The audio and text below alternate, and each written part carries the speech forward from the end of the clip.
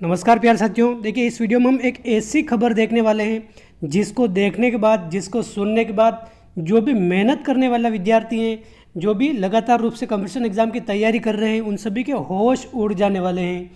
देखिए second grade शिक्षक भर्ती परीक्षा हुई थी अपने दिसंबर में, और इसमें एक पेपर थोड़ा हाईलाइट होने के कारण उसको आउट करके रद्द कर दिया था, और उसमें नाम आया था अपने किसका, बाबूलाल कटारा का।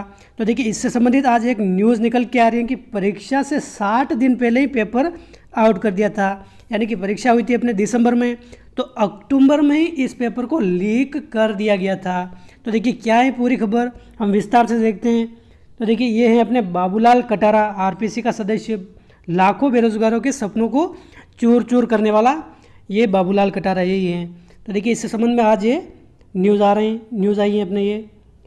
देखिए वरिष्ठ अध्यापक भर्ती परीक्षा पेपर लीक मामला, कटारा सहित 3 के खिलाफ चार्जशीट पेश किए। इसमें एक खुलासा हुआ है कि परीक्षा से 60 दिन पहले कटारा घर ले गया था पेपर, और लीक करने के बाद जमा करवाया था। कटारा कौन है, अपने आरपीएससी का सदस्य था, वर्तमान में नहीं है लेकिन पहले था। तो देखिए क्या ये पूरी खबर, हम पढ़ते हैं इसको विस्तार से। तो देखिए आरपीएससी सदस्य बाबूलाल कटारा 24 दिसंबर को होने वाली वरिष्ठ अध्यापक भर्ती परीक्षा का पेपर 60 दिन पहले ही क्या कर दिया था, लीक कर दिया था।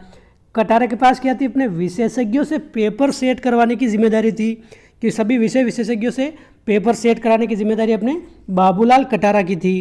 पेपर तैयार होते ही वह सभी सेट की मूल प्रति सरकारी आवास पर ले गया था। पेपर सेट करने के बाद जो भी मूल प्रति हैं वो अपने सरकारी आवास पर ले गया था।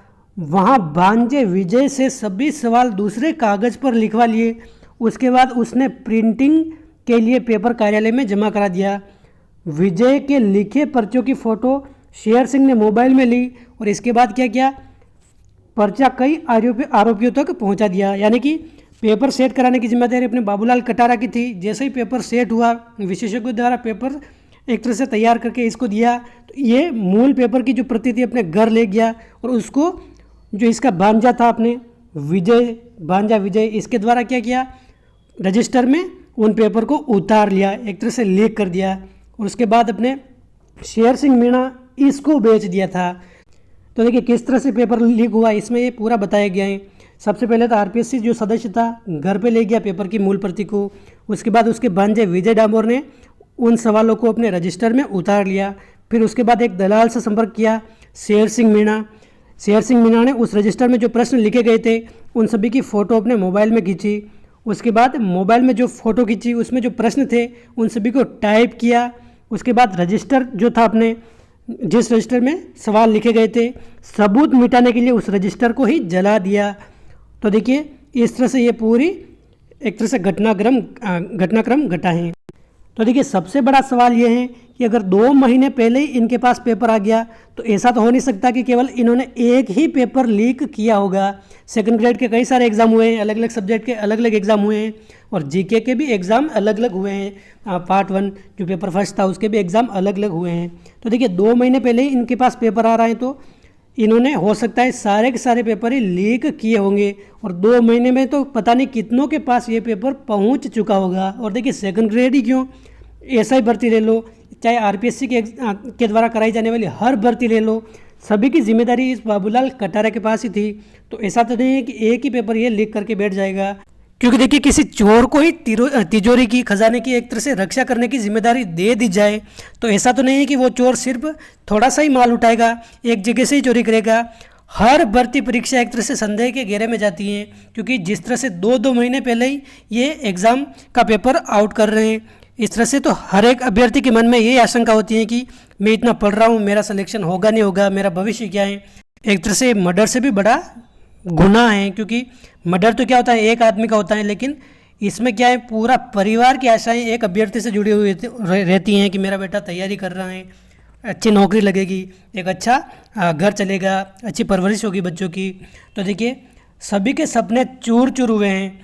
तो देखिए इस पर आप एक तरह से आवाज़ उठानी चाहिए आप सभी को। इस वीडियो को अधिक से अधिक आप शेयर कीजिए, फेसबुक ग्रुप, व्हाट्सएप ग्रुप या फिर इंस्टाग्राम, जहाँ पर भी आप शेयर कर सकते हैं, अधिक से अधिक शेयर कीजिए। और हो सकता है सरकार इस मामले को फिर से दबाने की कोशिश करे, तो ये सभी आरोपी पकड़ में आने चाहिए। तो देखिए हम सभी को मिलकर इस पर आवाज़ उठानी चाहिए। जब तक ये गिरोह एक तरह से ध्वस्त नहीं होगा, ये पूरा गिरोह ख़त्म नहीं होगा पेपर लीक कराने वाला, तब तक बेरोज़गारों के सपने ऐसे ही बिकते रहेंगे। और देखिए ये तो अपने थोड़ा हाईलाइट हो गया सेकंड ग्रेड पेपर, अपने बस में कई सारे अभ्यर्थी नकल करते हुए पकड़ाए गए, इसलिए ये इतना ज़्यादा हाईलाइट हो गया और सबके नज़र में आ गया। लेकिन जो बिल्कुल ही हाईलाइट नहीं है, किसी को पता ही नहीं है, कई सारे पेपर इतने बिखरे होंगे तो किसी को नहीं पता है, तो ये गिरोह पूरी तरीके से ख़त्म होगा, तभी जाकर बेरोज़गारों के एक तरह से मेहनत करने वाले बेरोज़गारों की एक आस जगेगी कि हाँ मैं भी मेहनत कर रहा हूँ, मेरा भी सिलेक्शन हो सकता है। तो दोस्तों इस वीडियो में बस इतना ही। अपने दोस्तों के साथ अधिक से अधिक शेयर कीजिए इसको, और अपने जिस भी तरीके से हो सके ट्विटर, फेसबुक, उस पर भी आवाज़ उठाइए। और दरअसल भी अगर कोई उपेंद्र यादव या फिर बेरोज़गार नेता हैं, उनके नेतृत्व में अगर कोई संघर्ष हो रहा है तो उसमें भी हम ज़रूर हिस्सा लेंगे।